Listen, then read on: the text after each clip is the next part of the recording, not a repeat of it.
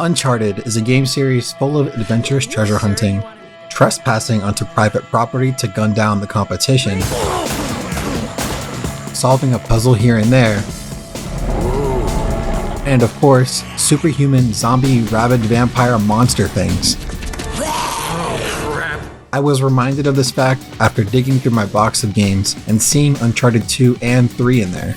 But then I had an epiphany. If Uncharted 2, then according to Drake's journal, that must imply the existence of an Uncharted 1. This game was largely unknown to me until I saw the Nathan Drake collection on sale for $10 on the PlayStation Store. And without any further delay, cue the music! Originally developed by Naughty Dog and released to the public in 2007, hot off the wheels of their final Jak and Daxter game, Uncharted: Drake's Fortune follows the tale of a young treasure hunter, an old man swimming in debt, and a journalist. The most iconic trio. If you haven't played this yet, it's honestly a pretty great intro to these characters, and I had a surprising amount of fun playing. I highly recommend it, but there's spoilers from here on though, so last chance. So we join up with Elena and Nate as they're hot on the trail of Francis Drake's underwater tomb, and I'm hot on the trail of my next platinum trophy. Clocking in at a respectful 45 trophies, 46 if you include the platinum, a lot of them are going to be about doing the combat in the game. Between good old-fashioned fisticuffs and modern warfare, more than half of the trophies require you to defeat your enemies in some particular fashion. Another half of the trophies come from rounding up all of the collectible treasures, and the final third half of the trophies, don't check the math on that, come from beating the game on the hardest available difficulty of Crushing, as well as beating 3 speedrun times in the chapter select menu. We're just in time as Elena and Nate have finally finished Deep Sea Grave Robbery. For example, you can't defile an empty coffin. Inside the coffin, Nate finds no body, but instead, it's a journal of Sir Francis's that contains the notes of one of his final expeditions regarding what is believed to be El Dorado. Some might think that this means the City of Gold, but not quite. Hang on to that thought though. While doing some illegal trolling off the coast of Panama, the duo gets jumped by pirates. Shouldn't we call the authorities or something? You know, having just met, Nate safely hands a gun to Elena, and then they get to cracking. Yeah, it's like a camera. You just point and shoot, right?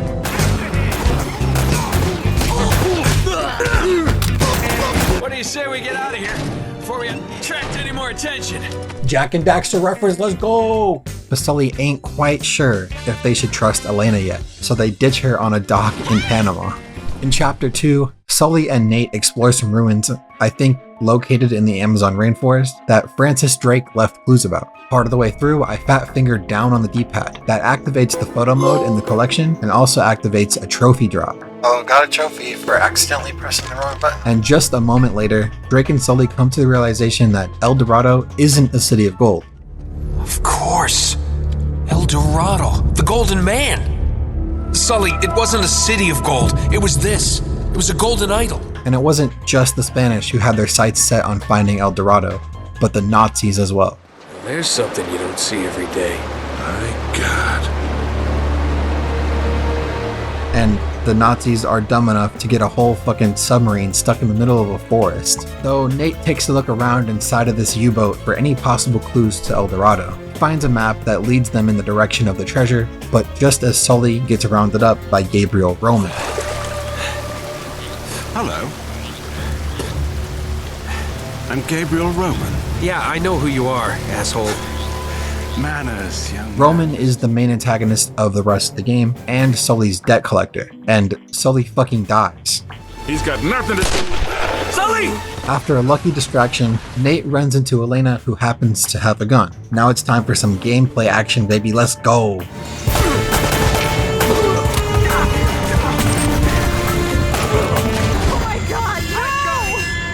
So because I'm playing on the crushing difficulty, I'm gonna die many times. Like, a lot of times. I mean, like, a lot of so many times, dude. What? Headshot tanker. However, being set back on all of those checkpoints actually does make it easier to get trophies, or maybe I'm just coping, but a lot of the combat ones require you to hit high thresholds that I probably wouldn't have hit on the easier difficulties because there wouldn't be enough enemies in total to actually get the trophies. After a few encounters and a few deaths, I got my 20th headshot in total for a trophy. 20 headshots! And just a couple of minutes later, I got 5 headshot kills back to back to back, awarding me the next trophy. Headshot expert. Elena and Nate get out of the forest mostly alright, and they fly off in Sully's plane, because he ain't gonna need that shit anymore. Nate gets them to go out to the UK, 2642. That's the alleged location of El Dorado, not the United Kingdom. And then they get shot out of the air. The landing separates the pair, and Nate goes looking for her and the remaining pieces of the plane. And Chapter 4 is when the game stops holding your hand on this crushing difficulty and kicks you in the golden nuts. Dude, like, I can't do this fucking bloom. Uncharted does have bullet bloom as a mechanic, and if you don't know what bloom is, it's basically like your bullets will go within the range of the crosshair, but not actually go where you're aiming. You can still get good at positioning, timing, and aiming to try and minimize the effects of bloom sometimes. This area was the first checkpoint in the game where I was just getting my shit absolutely toasted. Dude, oh my god. This is awful. After like 900 resets on this one spot, I got a total of 50 kills on the PM 9mm handgun for a trophy. 50 kills with that gun. And then after another 15 minutes in the same area, I finally got a new checkpoint, and I finally was able to clear this. A few minutes later, I pulled up to the next area with the AK, and while still sucking at the game, I got my 100th headshot already. Wow, 100 headshots, because I keep getting farmed on the same checkpoint. And then right after that, I got my 50th AK kill as well. 50 kills on the AK. A big breakthrough I made towards the end of this chapter was when I realized that I could use a neat quirk of third-person shooters that some games have. As long as your crosshair is pointed at something, your bullets, in quotes, just become decorations. Instead, anything you see, you can hit, even if the actual player model and the gun is hidden behind the wall. GTA 5 is probably the most popular game I can think of that has this trick as well. So while I was doing some of that behind a plane wing, some guy rushed me and I knocked him down with square triangle square combo, making it the 5th total time I've done that for a trophy. Brutal brawler, trophy earned. A few minutes later, I came into contact with a new enemy type with a grenade launcher.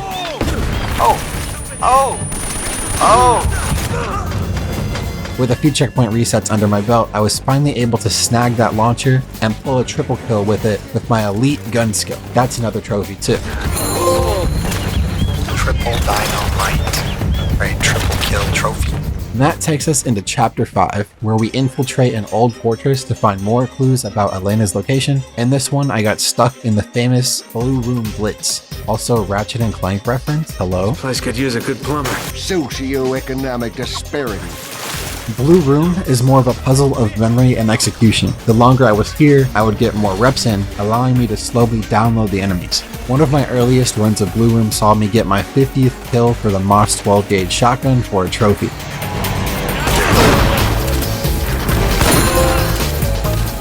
Stuck in there almost 20 minutes later, I got my 50th kill on the Micro Uzi 9mm SMG for a second trophy in this area, and actually was the attempt that saw me clear the Blue Room for the first time.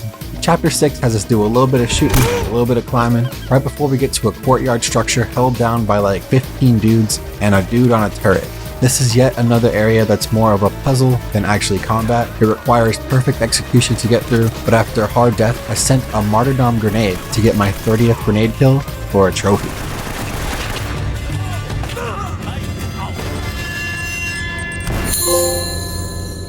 On the very next attempt, I got my 250th headshot on this account, making it the last headshot trophy. At the end of Chapter 6, Nate gets captured by the mercs hired by Gabriel Roman to hunt the treasure, and instead of us finding Elena, she finds us and busts us out of jail.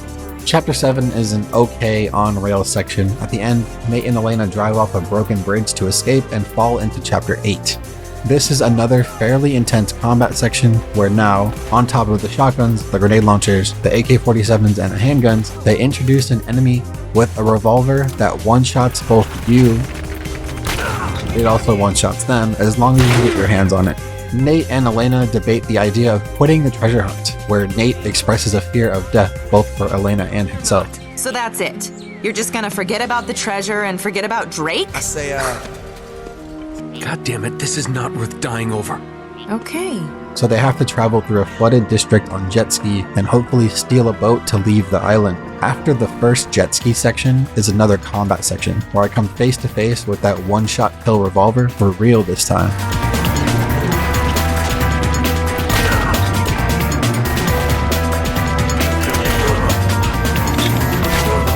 Chapter 9 starts right after that combat section, beginning with another jet ski section and ending with an even harder combat section. I got my 20th kill with the West 44 revolver for that next trophy. Chapter 10 opens with some lore about Nate, a full drawing of the golden idol adding to its creepiness, and then Nate and Elena decide to split up. That ends Chapter 10 and starts by far the most difficult section in the game, Chapter 11. This one has just about 30 enemies in total that you have to kill. There are enemies far away with pinpoint accuracy. There's a turret that's constantly beaming down at you in any given moment. A guy is constantly rushing you with an instant kill revolver right at the very start. It took me so long that I ended up getting 50 kills on the M4 rifle that they give you at the start, way before I even ever cleared this section. The area gets so bad, I was mapping out every possible strategy in my head to beat this, and after nearly an hour, I came up with this strategy. Step 1. By yucking some grenades while standing on this very specific spot on the stairs, and then run forward to trigger the enemies to spawn right before it explodes. Hopefully, that kills our revolver guy. Step 2. By picking up the M4 by the fallen pillar. Step 3. By using grenades or gunshots to knock the guy off the turret. Step 4. By smoking any enemies that try to stop you from getting to the stairs. Step 5. By going up the stairs. Step 6. By grabbing the turret and lasering any of the enemies that spawn from here. Step 7. By never letting anyone shoot back. Step 8. Nate gets to the boat and Elena materializes from thin air. On her camera, she shows Nate proof that Sully is actually still alive. They think it looks pretty sus because he isn't really being actively threatened or held hostage. So after a small combat moment, Elena loses her camera after almost falling through the classic rickety wooden bridge with old boards. But Chapter 13 is where creepiness goes up because we're at a monastery where the vault could be, and enemy difficulty goes up too. No longer is it those regular pirates as the main threat, but this guy Navarro brings in some real mercs. These guys are packed with M4s, Spas 12s, Dragunov snipers, Desert Eagles, 9mm pistols, and of course more aggressive tactics to try and take you down. The only thing left to our benefit is that luckily they still die in one hit to the head for now.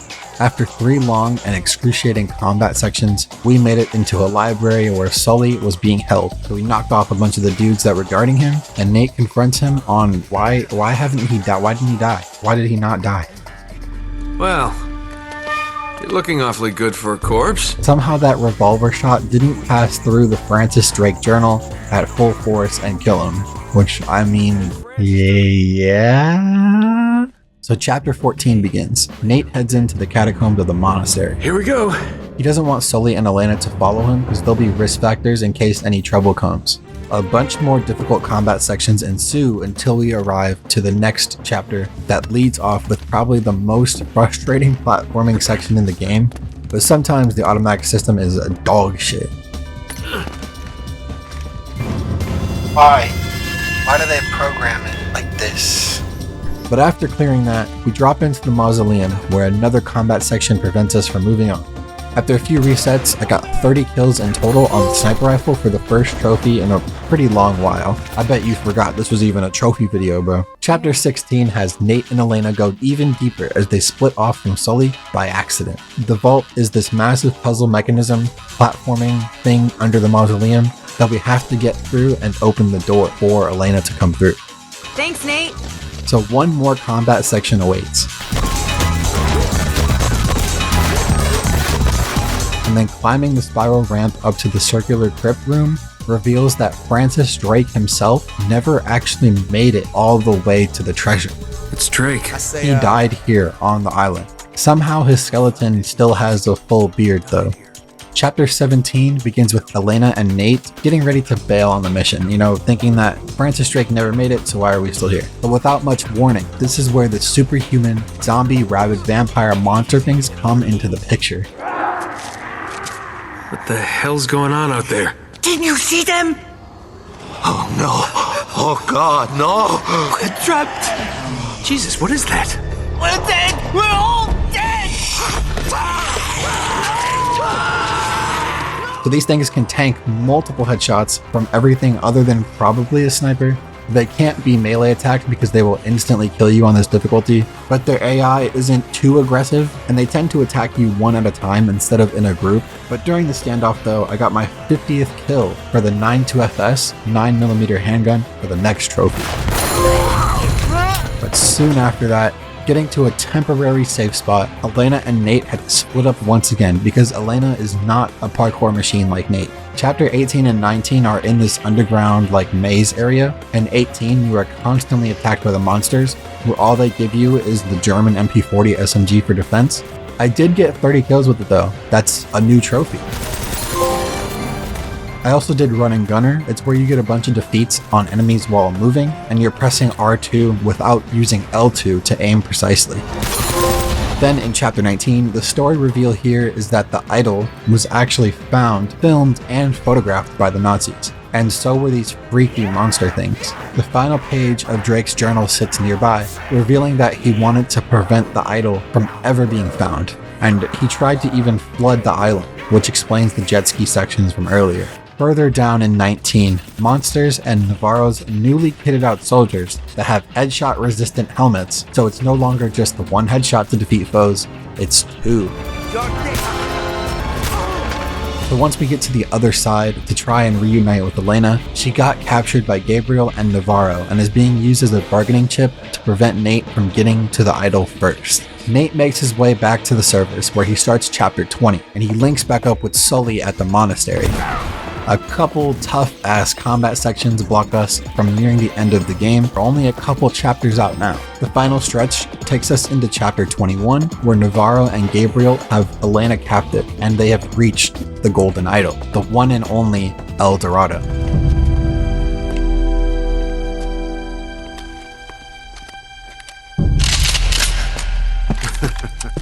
Now drop your weapons. Down there. No heroics, please. Or I will kill her. That is only a shell.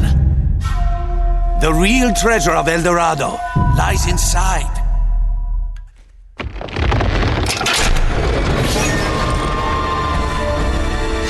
My God.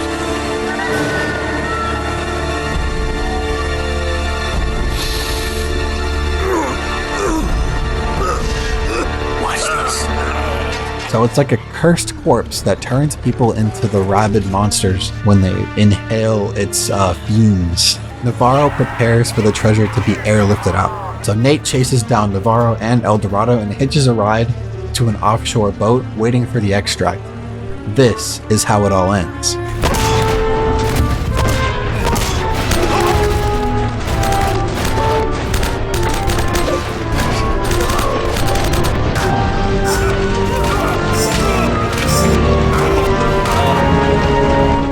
The ending gives us 1, 2, 3, 4 trophies for each of the difficulties we cleared.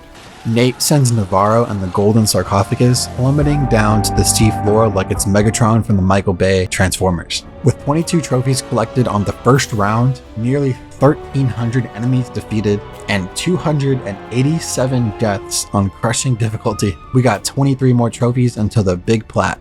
So first up, I decided to roll with the easiest combat trophies first and get them done on chapter select easy mode. The strategy I used is save reload scumming on any section that has a good farmable area for a specific trophy that I might be going for. So the first one we go for is doing a square, triangle, square combo on 5 enemies in a row.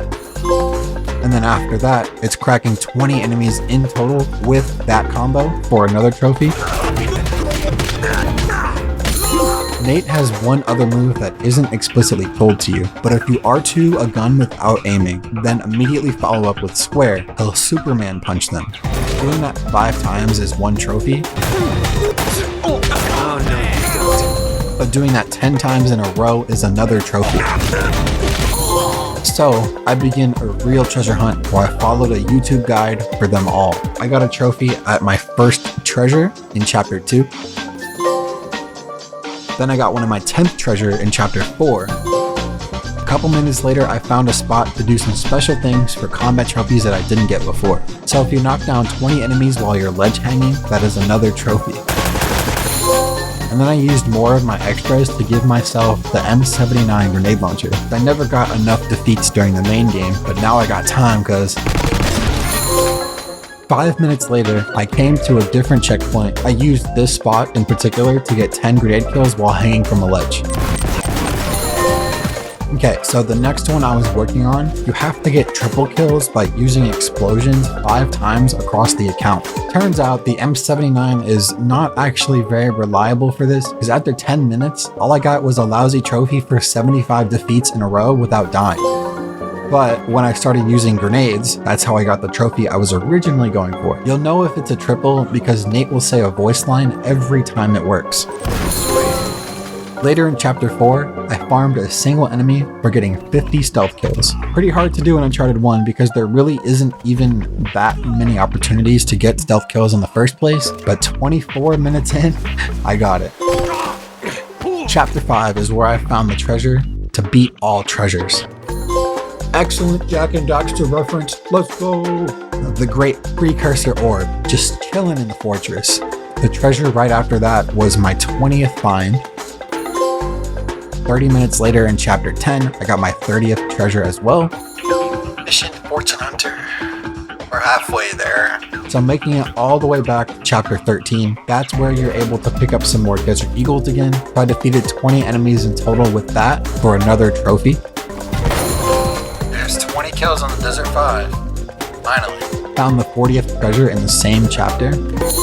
Professional Fortune Hunter. In chapter 15, I got my 50th treasure. Then in the 21st chapter, I got my 60th treasure.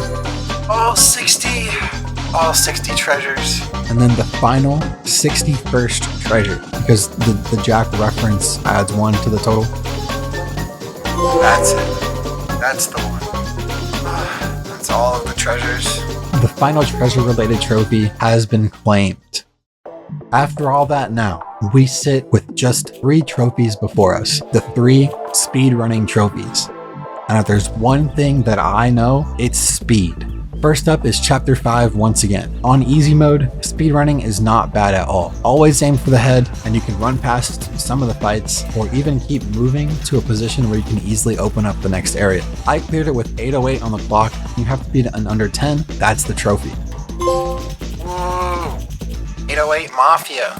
The next is chapter 12, one of the jet ski ones. My tips are that the jet ski sucks, but you don't suck. I believe in you. Holding R2 without aiming. Sometimes Elena will aimbot lock on to the explosive barrels, clearing the path for you to gun it through the water without much delay. I cleared that one with 2:53 on the clock when you have to beat it in under 5 minutes. Woo, that's 2 down. That was so easy.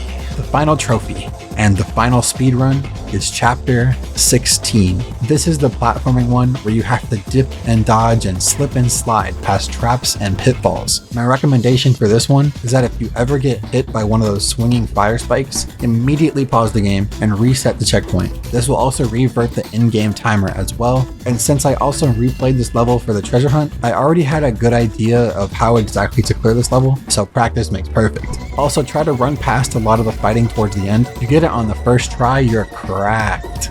I cleared this one with 6:27 on the clock, and you have to beat it under 7 minutes. Fucking go, first fucking try. Let's go. Platinum! Got the platinum. Oh my god, finally. Got the platinum for Uncharted 1. And that is the platinum for Uncharted 1. Fucking did it. Drake's Fortune. Howdy there. If you made it this far, thanks for watching all the way through. I appreciate that. If you've seen any of my other videos, it might be a little weird that I didn't stream this one. And the reason is because school has started once again. And I set a goal for myself that I want to get at least one video a month out in 2024. I want to do even more if possible for sure. So because of this goal, I started doing some offline recording, and Uncharted 1 is January's video for now. So for everyone else, I have been cooking up those videos offline, and streams will return later this month too. They're either going to come back with Infamous 1 or Ratchet & Clank 1. I got a lot of work to do if I'm going to make 12 or more videos this year, so stay tuned. Down below, you'll find some links to my Discord, my Twitter, my second YouTube channel, and more. Like the video and subscribe to join the Moon Knights, and I'll see you all in the next one.